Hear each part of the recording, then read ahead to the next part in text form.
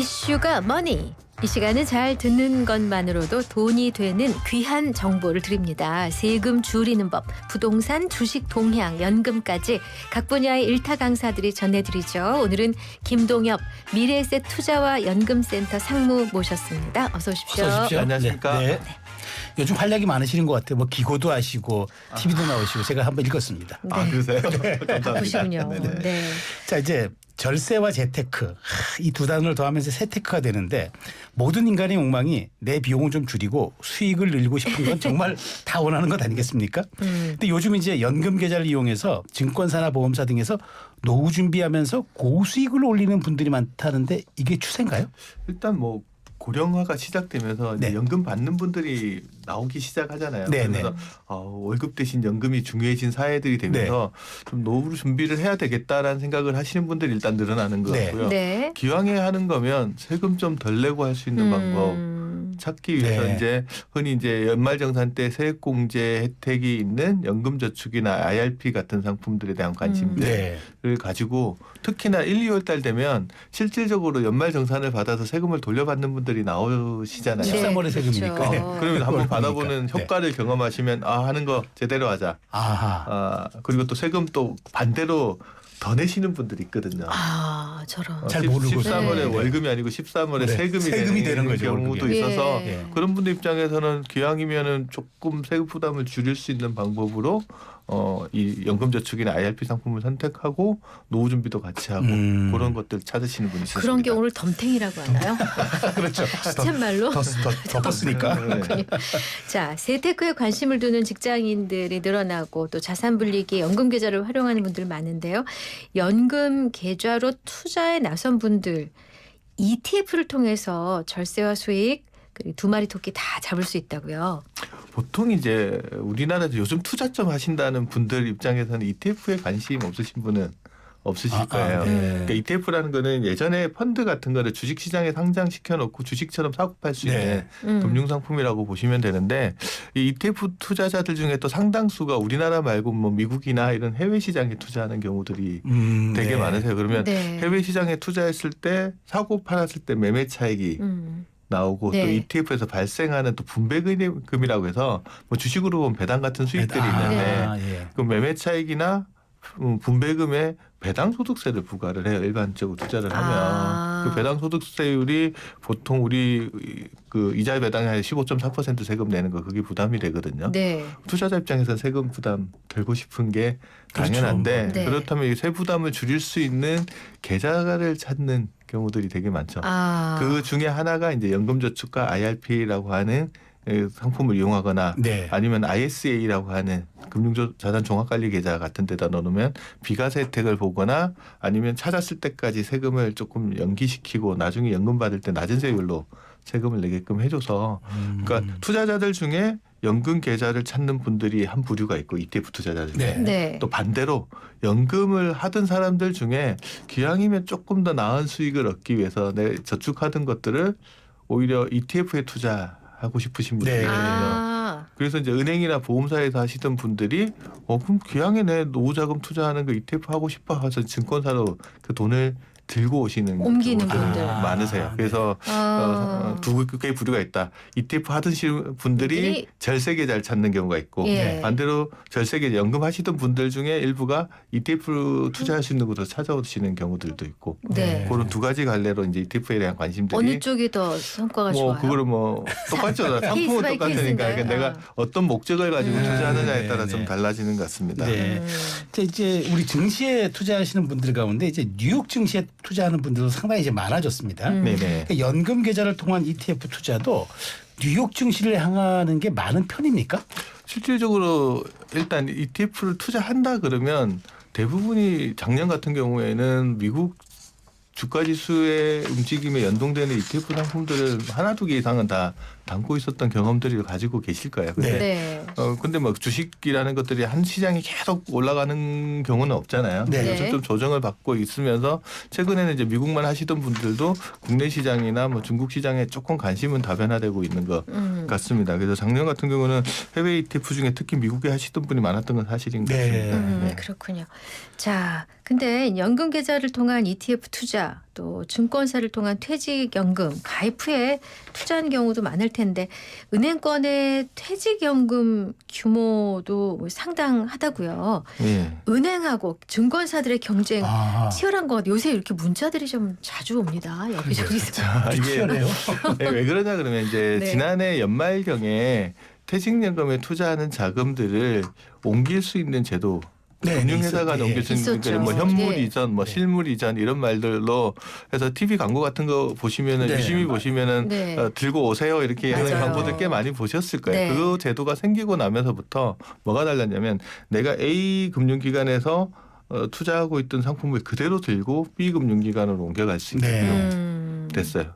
그게 발단이 되면서 이렇게 옮겨갈 수 있는 거라는 인식이 생기기 시작한 거잖아요. 네. 그러면서 기왕이면 나는 ETF 같은 거 투자하고 싶은데 라고 하시는 분들이 그럼 ETF 투자를 가장 편하게 할 수 있는 데가 어디냐라고 하시면서 이제 증권사를 찾는 경우도 있고 물론 은행하고 보험사 중에도 일부는 ETF 투자가 가능하긴 합니다.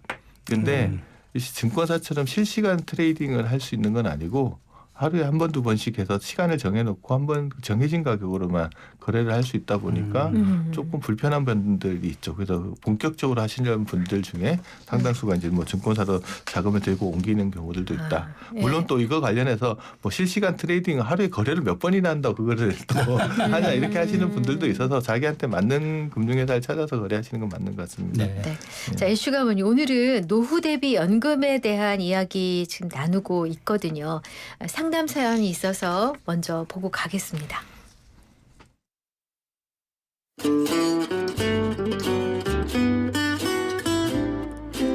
안녕하세요. 저는 22년 차 대기업 부장입니다. 저는 최근 사내 게시판에 올라온 희망퇴직 공고를 보고 고민에 빠졌습니다. 그간 희망자가 많지 않자 회사가 2년치 급여를 위로금으로 얹어주겠다는 파격적인 조건을 내건 겁니다. 위로금까지 합치면 제가 받을 총 퇴직금은 5억 원 정도입니다. 사실 저는 여느 베이비 부머 세대와 같이 부모와 자녀를 동시에 이중부양하면서 정작 제 노후는 준비하지 못한 터라 귀가 더 솔깃해졌습니다. 하지만 퇴직금을 연금으로 언제 어떻게 뽑아 쓰는지에 따라 몇 달치 생활비가 달라질 수 있다는 동료의 말을 듣고 나니 머리가 복잡해졌는데요. 제가 할 수 있는 퇴직금 절세 전략이 있을까요? 연금 박사님께 조언을 구합니다. 네, 관련해서 비슷한 상황에 있거나 궁금증이 생기는 분들도 얼른 문자 주시면 함께 도와드릴게요. 샵 0945, 우물정 0945 유료 문자, YTN 어플도 활용하실 수 있습니다. 자, 그러면은 요 사연에 대한 답변은 잠깐 광고를 듣고 와서 네. 여쭤보도록 네. 하겠습니다. 네. 네.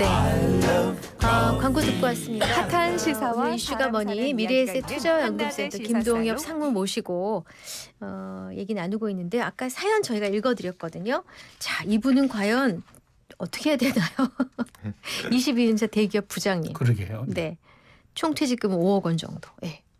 일단 뭐 퇴직금이라는 것들을 지금 받으신 게 하나는 법정 퇴직금이고 네. 네. 또 일부는 이제 명예퇴직금들이 있어서 네. 그 두 가지 다 합쳐가지고 우리가 일반적으로 퇴직급여, 퇴직소득이라고 네, 네, 네. 하고 그거 받을 때 이제 퇴직소득세 같은 게 부과가 돼요. 그러니까 네. 일시금으로 받으면 퇴직소득세를 떼고 남은 금액을 수령하게 될 거고 네. 세부 부담이 좀 크시면 이거를 이제 연금으로 수령하시는 경우에는 네. 연금저축 계좌나 IRP 계좌에 퇴직급여를 집어넣고 연금 형태로 수령하실 수 있거든요. 55세 넘으셨으면 넣자마자 바로 연금 받는 거 네. 가능하시고 네. 이때 장점은 일시금으로 받을 때 내야 됐던 세금에서 세율이 만약에 10%다 그러면 연금으로 받으실 때는 한 7% 정도 세금만 내면 돼요. 네. 이거 절세네요. 그러니까 아마 30% 가까이 세금 절세 효과가 있어서 네. 가급적 내가 뭐 노후소득으로 활용할 목적이라 그러면 일시금보다는 연금으로 연금으로 수령하시는 연금으로. 게 좀 유리하다 그렇게 말씀을 일단 드립니다. 근데 IRP는 한계치가 있는 거 아니에요? 기존에 뭐가 있으면 더 못하는 거 그쵸. 아닌가요? 그 질문도 많이 하세요. 일단은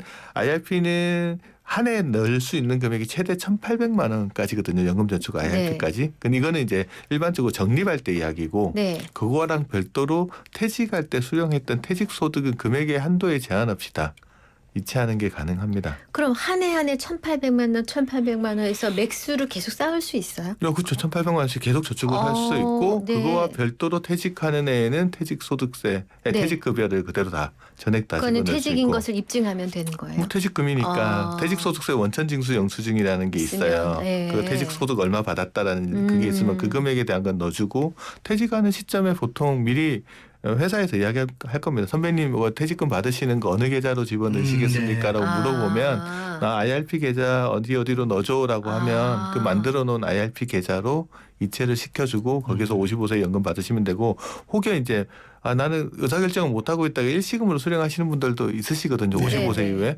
받아보면 세금 떼고 받았잖아요. 그런 경우에는 기억하셔야 될 게 60일을 기억하셔야 됩니다. 퇴직금 받고 나서 혹시나 일시금 받아 쓰시면 괜찮은데 만약에 나 마음이 바뀔 수 있잖아요. 예. 나 연금 받고 싶어 그러면 퇴직금을 수령한 날로부터 60일 이내에 그 돈을 들고 다시 금융회사의 IRP 계좌에다가 입금을 시키면 네. 퇴직할 때 원천 징수했던 세금 있죠. 네네. 그 세금을 해당 계좌에다가 다시 넣어줍니다.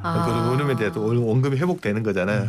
그러면 이제 거기서 이제 연금 수령하는 게 가능해집니다. 그래서 그러니까 우리가 보면 살다가요 날짜 놓쳐서 당하는 그 피해나 불이익이 너무 많아요. 근데 일단은 뭐 퇴직금은 그래서 그냥 기본값을 나는 이거를 연금 형태로 수령한다라고 생각을 하고 IRP 계좌로 넣으시는 게 세금도 아낄 수 있고 두 번째 이제 고민해야 되는 게 내가 5억 정도 이분 같은 5억 정도를 받아가지고 네. 금융회사에 굴릴 거 아니에요. 네네. 그러면 이자나 배당 소득으로 못해도 한 해 1,000만 원 이상은 발생할 가능성이 높죠. 근데 퇴직하면 건강보험을 지역가입자 전환을 그렇죠. 해야 돼요. 해야 돼서 네. 지역건보료를 내야 되는데 지역가입자 같은 경우에는 이자 배당 소득에 건강보험료가 부과가 됩니다. 맞아요. 네. 그래서 한 해 이자 배당 소득이 1,000만 원이 안 넘으면 상관없는데 넘어가면 1원이라도 넘어가면 전체 이자 배당 소득에 건보료가 부과가 되기 때문에 네. 이분 입장에서는 잘못하면 건강보험료 부담도 클 수 있거든요. 건보료 네네. 일단 부과되기 시작하면은 소득의 8%를 내야 되니까 네. 건보료, 장기요양보험료 이거 내야 되니까 부담스럽잖아요. 예. 근데 만약에 이거를 연금저축이나 IRP 계좌에 집어넣고 나중에 연금 형태로 수령하면 이 퇴직연금 소득이나 개인연금 소득에는 현재 건보료를 부과하지 않아요. 그러니까 뭐 세금 부담도 퇴직소득세 부담도 줄이고 나중에 노후생활할 때 들어가는 건강보험료 부담도 좀 줄인다라는 생각들을 가지고 계시면 가급적이면 이거를 연금 형태로 수령하는 것도 적극 고려해봐야 된다. 그러려면 일단 IRP 계좌나 연금저축계좌에 퇴직급여를 이체하셔야 되니까 퇴직하시기 전이라면 네. 한번 번거롭지 않게 그냥 바로 이체하는 게 좋고 예. 이미 받으셨다 그러면 60일 이내에 옮길 수 있는 제도가 있으니까 그거 한번 잘 신중하게 생각해 보시면 좋을 것 같습니다. 근데 이분이 받은 5억 원을 몽땅 낼 수 있는 게 아니라 이게 뭔가 하셔야 되잖아요. 예, 다른 뭔가를 하셔야 되니까 실제로 하실 수 있는 금액은 또 얼마? 그러면 이제 사람 입장에서는 조금 쓰고도 싶고 네. 연금도 받고 싶고 이런 경우 이제 아까 이분 같은 경우는 법정퇴직금이 있고 명예퇴직금이 있잖아요. 네네. 그러면 좀 회사에 물어보셔야 돼. 이걸 한꺼번에 한 통장으로만 낼 수 있냐 아니면 좀 나눠서 낼 수도 있는 거냐라고 물어보면 회사가 정해줄 수 있거든요. 네. 회사에 따라서 정책은 좀 다릅니다. 예. 그래서 만약에 뭐 법정퇴직금은 IRP 계좌나 이런 데 이체시키더라도 나머지 금액은 일반 계좌로 받을 수 있으면 그렇게 조정하셔도 되고 뭐 그게 안 된다 그러면 이렇게 하셔도 돼요. 일반 계좌로 일단 수령하신 다음에 네. 그중에 일부만 쓰실 거 아니에요. 예. 남는 금액은 60일 이내에 아하. 연금저축 계좌나 IRP 계좌에 넣으시면 돼요. 넣으시면 된다. 그러니까 60일 이내 아까 전액을 다 안 넣더라도 부분만 넣을 수도 있다. 그런 경우에는 세금 이미 뗀 부분도 전체 퇴직급여에서 이체한 금액이 차지하는 비율에 해당되는 만큼 세금도 돌려서 그 계좌에 넣어주게 됩니다. 근데 이제 여기 내용을 보면은 똑같은 퇴직금 받더라도 퇴직소득세가 좀 달라요. 그 이유가 있습니까? 보통 사람들이 그러잖아요. 내가 퇴직금 5억 받으면 나도 5억 받고 이 친구도 5억 받았는데 똑같이 세금 내야 될까라고 생각하는데 다를 수가 있습니다. 왜냐하면 퇴직소득세는 자기가 근무기간 동안 장기간에 걸쳐서 형성한 소득이잖아요. 네, 그렇죠. 어떤 사람은 5년이라고 5억 받으시는 분이 있고 어떤 분은 30년이라고 5억 받으시는 분도 있잖아요. 근속연수가 길수록 세금을 좀 덜 내는 구조로 가시게 돼 있어. 그래서 예를 들어 네.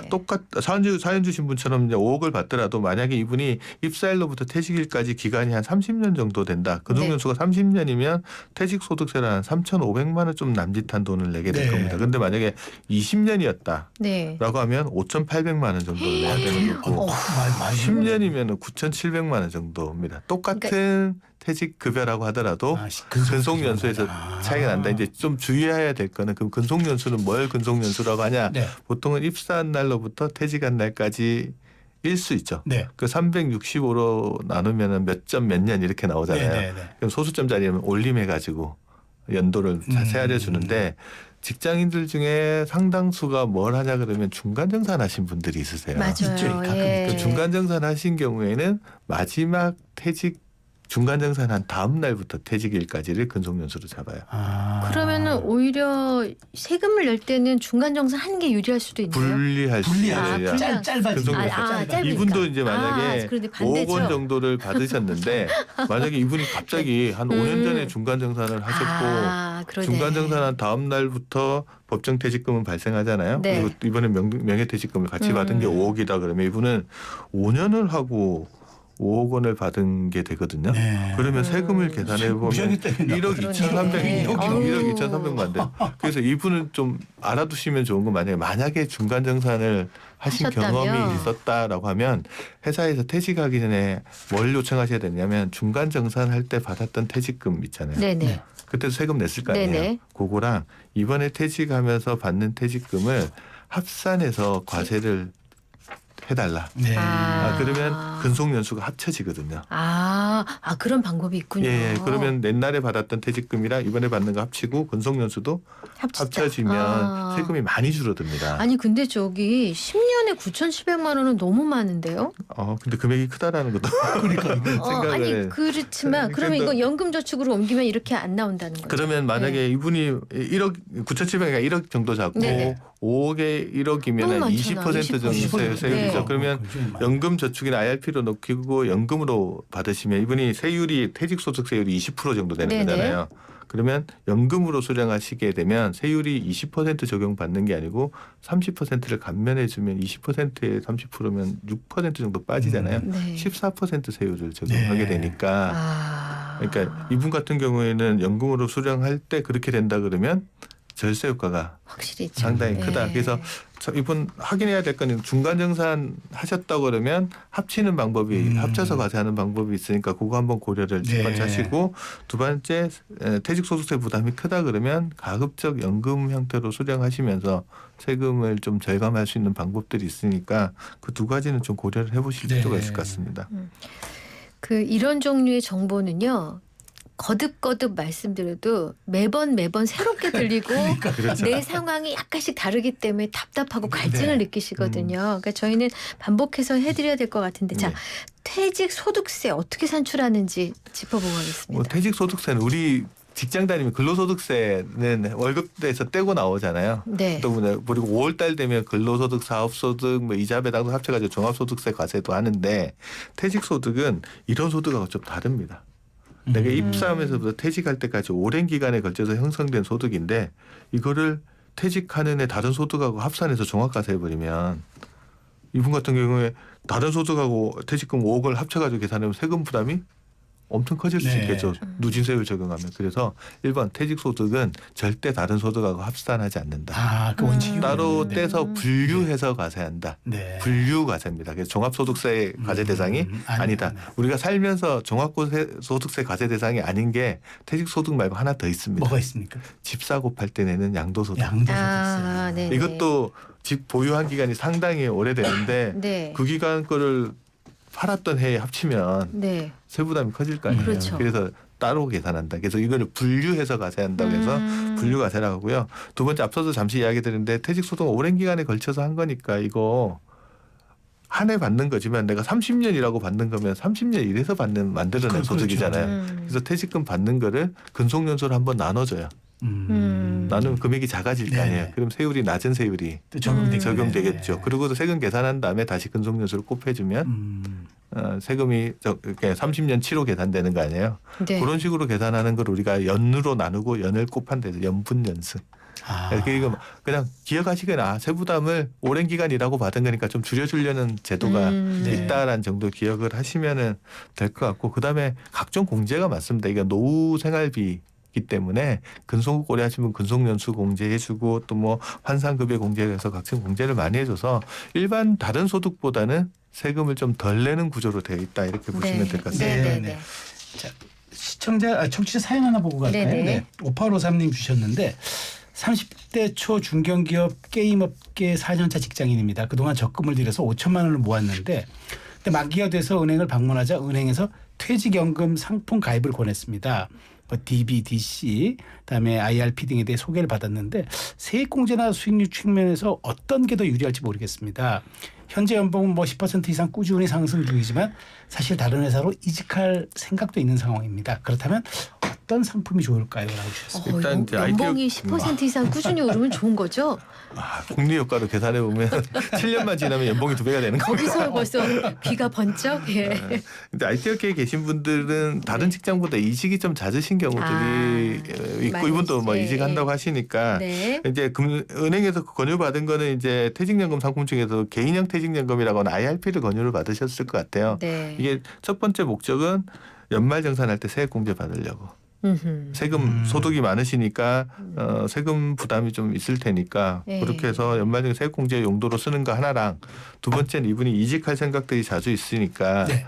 이 이직 30대니까 뭐 직장을 계속 옮긴다 그러면 중간중간에 이직할 때마다 퇴직금 받아도 다 써버리면 네. 그렇죠. 노후가 문제가 될 수 그렇죠, 있잖아요. 그렇죠. 그래서 네. 이 IRP 계좌에다가 매년 불입하는 것도 불입하는 거지만 퇴직금 받는 거를 여기다가 쌓아둘 수 있어요. 그러면 퇴직 소득세 안 내고 가다가 나중에 연금 받을 때 아까 말씀드렸듯이 세금을 퇴직 소득세 한 30% 정도 감면 받으실 수 있으니까 그 두 가지 용도로 이제 개인형 퇴직연금이라고 하는 IRP를 하나 가입하시라고 이제 금융회사에서 권유를 하신 것 같아요. 네. 저라면은 가입해서 꾸준히 불입하고 내 퇴직 소득, 그러니까 내 노후 소득 통장이 하나 있다, 네. 계좌가 하나 예, 있다, 예, 예. 그렇게 생각하시고 거기다가 계속 쌓아가면 네. 나중에 퇴직하시고 나면 딱 보면 그거 있는 사람하고 없는 사람 차이 많이 납니다. 표정의 차이도 합니까? 그 모든 금융권을 통틀어서 IRP 계좌는 딱 한 개만 얻을 수. 금융권별로 그건 ISA 계좌가 모든 금융기관에 하나고 예. IRP 계좌는 하나 금융회사에 하나씩은 가입할 수 있습니다. 금융당 하나씩. 그러면은 금융당 하나씩 연 상한 1,800만 원씩 해마다 그러니까 불입할 수. 1,800만 원은 전체 금융기관 통 더해서. 가지고 계좌를 만드는 거는 금융회사 하나에 하나씩은 가질 만드실 수 있다라고 보시면 그렇군요. 됩니다. 네. 자, 9823님. 은퇴 후 국민연금 외에는 별다른 수입이 없는 상황인데 갑자기 반전세 보증금을 올려달라는 집주인의 요구에 목돈이 필요해졌습니다. 부랴부랴 은행권 대출을 알아봐도 신용도가 낮아 자격 요건이 안 되고 제2금융권은 대출금리가 10%대를 넘어서 어디 급전 빌릴 데 없을까 했는데 친구가 국민연금 실버론이라는 걸 추천했습니다. 이게 어떤 건가요? 이것도 저도 정확하게 잘 모르겠는데 국민연금에서 자금을 일부 대출해주는 제도 같은데 그거 받으신다고 하면은 이제 뭐 이자율이나 이런 걸 한번 확인해 보시고 네. 문의하시고 받으시면 좋을 것 같은데 네. 네. 논이라는 말은 부채잖아요. 네, 그렇죠. 그렇죠. 네. 네. 그러니까 네. 부채라는 말은 그냥 주는 건 아니고 그렇죠. 부채 상환 부담이 있으니까 꼼꼼히 따져보시고 음. 다른 대출하고도 좀 비교해 보신 다음에 네. 하는 게 좋을 것 보통 이제 같습니다. 일반 금융권은 대출 금리가 범위가 어디에서 어디 정도인가요? 그거는 예금 상품보다는 높을 거고요. 네네. 근데 자기 신용도랑 네. 담보물이 아, 있느냐에 아, 따라서 다 다르구나. 차이가 나서 보통 5, 6% 가는 경우들 일반적으로 많습니다. 그렇군요. 네. 네. 그리고 또 이제 우리 저 젊은 그 분인데 청취자 사연도 저 20대가 하나 소개해드릴게요. 네. 오하나 부인님인데 사회초년생이 20대입니다. 지난해 연말이 가까워오자 연금 저축 계좌를 개설하고 만기가 돌아온 적금 600만 원을 채워 넣었습니다. 노후 준비는 물론 세액공제 한도를 활용해 혜택을 받을 수 있기 때문인데요. 저는 연간 근로소득이 5,500만 원 이하인데 600만 원의 15%인 90만 원을 연말 정산해서 돌려받을 수 있습니다. 55살까지 자금이 묶이기 때문에 고민했는데 길게 보고 노후 준비를 위해 시작했습니다.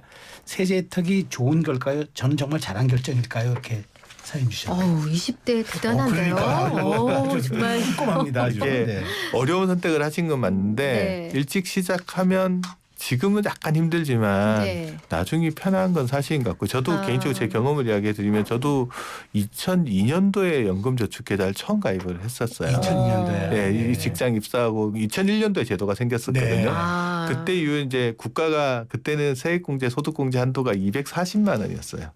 아. 1년에. 네네. 240만 원 그 채우기도 솔직히 그때 급여로는 딴 것도 해야 되니까 아, 할 일이 그렇죠. 많아서 네. 어려운데 또 어떻게든 그걸 만들어서 예. 넣고 그 이후로 이제 세액공제 한도가 240에서 300, 400, 뭐 600, 700, 900까지 올라왔거든요. 네네. 제가 한 일은 그냥 국가가 한도 올릴 때마다 거기에 맞춰서. 그게 어떻게든 맞춰가지고 연말정산 최대한 받아보자라는 용도로 그것만 해왔는데도 지금 기간이 지나다 보니까 거기에 쌓여 있는 돈이 꽤 되거든요. 네. 그 돈하고 뭐 퇴직금 받는 거랑 국민연금 정도를 받으면 그냥 일반적으로 생활하는데 약간 부족하지 않을 정도의 소득을 준비할 수 있어요. 네. 그래서 지금은 당장에 보면은 갈등이 되게 많으실 거예요. 네네. 그러니까 현실적으로. 아이고, 현실적으로 갈등이 생기죠, 그쵸. 솔직히. 20대인데. 근데 저축을 하는 거는 노후 대비 저축은 기본적으로 강제성을 떼야 됩니다. 그렇죠. 음. 내가 일단 구속받아야 돼. 아, 쓰고 남는 게 아니라 먼저 이건 세액공제를 떼어내라. 한번 받으시면 중간에 그냥 찾았으면 기타 소득세 16.5% 세금 내야 되거든요. 네. 그게 싫어서 유지하게 됩니다. 예. 그리고 그게 제가 보기엔 지금 600만 원이라서 이건 잘한 거냐 못한 거냐인데 이게 쌓여 있는 돈이 2년이 돼서 1,200만 원이 되고 1,800만 원이 되고 금액이 커지면 네네. 내 노후 자금 커지는 재미도 쏠쏠하죠. 느낄 수 있으니까 그 재미를 한번 네, 느껴보시면 좋으실 것 같습니다. 네. 잘하는 선택 같습니다. 네. 아, 진짜 뉘댁 자손이신지 예, 모르지만 아주 참 철이 빨리 드셨어요. 용기를 가셔도 되겠습니다. 저 네. 전문가의 지금 아, 저거 결정입니다. 박수 보내드리고 싶네요. 자, 이슈가 머니 미래에셋 투자와 연금센터의 김동엽 상무 모시고 조언 들었습니다. 말씀 고맙습니다. 잘 들었습니다. 네, 감사합니다.